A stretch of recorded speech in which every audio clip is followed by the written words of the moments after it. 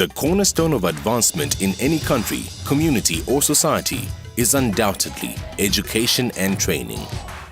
With this in mind, the Limpopo Department of Education has always had one top priority, and that is to ensure the development of human potential with access to quality education, helping to reduce poverty and increase broader participation by all in the benefits of the South African economy. To achieve this, Mr. Namane Dixon Masemola, Limpopo MEC for Education, and his department have embarked on a vigorous program to advance learning called the Education Revolution. This program comprises key pillars of focus, which include leadership and management, curriculum delivery, learner and teacher support materials, teacher development and support, governance, learner support, and human resources. To date, the Education Revolution is definitely yielding positive results with significant increases in grade 12 learner pass rates, and the department is confident of achieving even higher pass rates in the years to come. The MEC for Education sums up the big picture purpose of the Education Revolution by saying that our ultimate goal is to create dynamic educative environments that impart quality knowledge to learners who can convert it into usable, tangible power for their future personal betterment. Included in the Education Revolution, and a vital part of it, is the Limpopo Department of Education's turnaround strategy. This focuses on improving the quality of basic education through primary and secondary schools, while the focus for further education and training is to develop skills and the capacity to support economic growth. The turnaround strategy also requires constant reviewing to keep it on track and in sync with new developments, such as Schooling 2025 and Action Plan to 2014, towards the realization of Schooling 2025 as issued by the National Department of Basic Education, which lays out national and provincial targets for 2014 to improve learner enrollments and uplift their performances. One of the core mandates of the turnaround strategy is to supply improved curriculum content and ensure its swift and effective delivery to learners of all ages, a process that is closely monitored by circuit officers and district monitors. A vital part of any education system is early childhood development, also known as ECD. And here, the department's goal is to provide South Africa's youngest citizens with a solid foundation for lifelong learning, with access to grade R classes. Additional materials are provided to facilitate the practical approach of teaching literacy and numeracy in the foundation phase, as are educational toys in this young age category. The program also focuses on intensifying the training of ECD practitioners.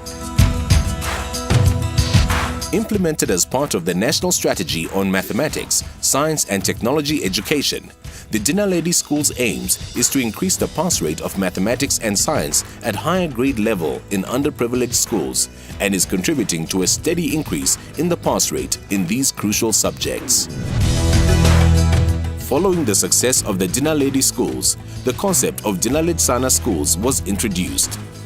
The project targets the feeder primary schools to the Dinaledi secondary schools and aims to ensure younger learners achieve higher levels of basic mathematics and science before entry into Dinaledi schools.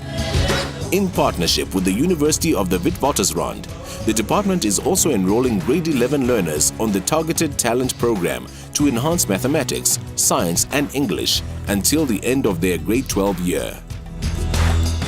Teachers are undoubtedly a powerful pillar of our education system, upon which the department relies heavily. With this in mind, teachers are comprehensively trained to enrich their skills and content knowledge, given the large curriculum demands of various subjects. We continue to support a large number of schools and school clusters in the implementation of the Integrated Quality Management System policy, designed to improve the professionalism, skills and subject knowledge of teachers, and also to enhance overall school management and leadership. Of course, every school also needs strong leadership to realize its goals. And this responsibility ultimately lies with the school principal, who works closely with and directs educators, staff, and in many instances, parents. We enlist hundreds of principals and their deputies annually into ACE schools of leadership with the University of Limpopo, University of Venda, and the University of Pretoria. We also strongly promote and encourage the training and appointment of women principals in keeping with the country's gender equality principles. Technical high schools play a critical role in the skills development of our people and afford learners the opportunity to acquire basic skills in various areas. The recapitalization of many technical schools in the province is well underway and will be rolled out over a 4-year period. The department realizes that adult basic education and training is crucial for our adult learners, and it occupies a central place in our education system. 50 new centers are being established with highly trained practitioners to meet the rapidly increasing demand of adult learners wishing to further themselves now and in the years to come. The number of special schools for intellectually impaired learners is being steadily increased, while a dedicated Braille production center is being established to improve the supply of materials to blind learners. Our collaborations with sister departments and other partners are also being intensified to make sure this educational sector is solidly supported at all times. Creating the right environment is essential to inspire learners to learn and teachers to teach. And we are committed to improve the environment of our learners wherever possible, inspiring them to think, my classroom, my book, my desk, my future. Our turnaround strategy for procurement, called Fast Track Education Solution, ensures that we continue to provide and maintain functional infrastructure and basic services. School furniture also plays a major role in enhancing any learning environment. And here, we continue to explore innovative ways of delivering physical resources to our schools, such as partnering with local SMMEs to renovate old desks and chairs in our Rehabilitation of School Furniture program. This program not only provides furniture at a lower cost to our schools, but also creates many job opportunities for local communities. Mobile classrooms play an important part in delivering education to as many communities as we can. And to date, we operate over 900 within the province and constantly ensure that they are fully operational and constantly maintained. Our state-of-the-art schools are now up and running, with a further 4 awaiting occupation, while an additional 14 are under construction. Importantly, this construction project is creating thousands of new jobs, with over half being filled by the youth and women. The provision of learner and teacher support materials is one of our primary responsibilities.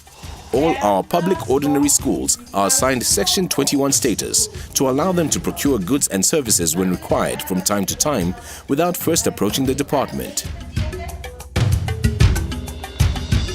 Transport is crucial to education, and currently we have over 250 contracted service providers to transport around 20,000 learners to our public schools on more than 100 routes. Our demand for transport operators is also set to increase over the years, boosting job opportunities in line with the national strategy for job creation.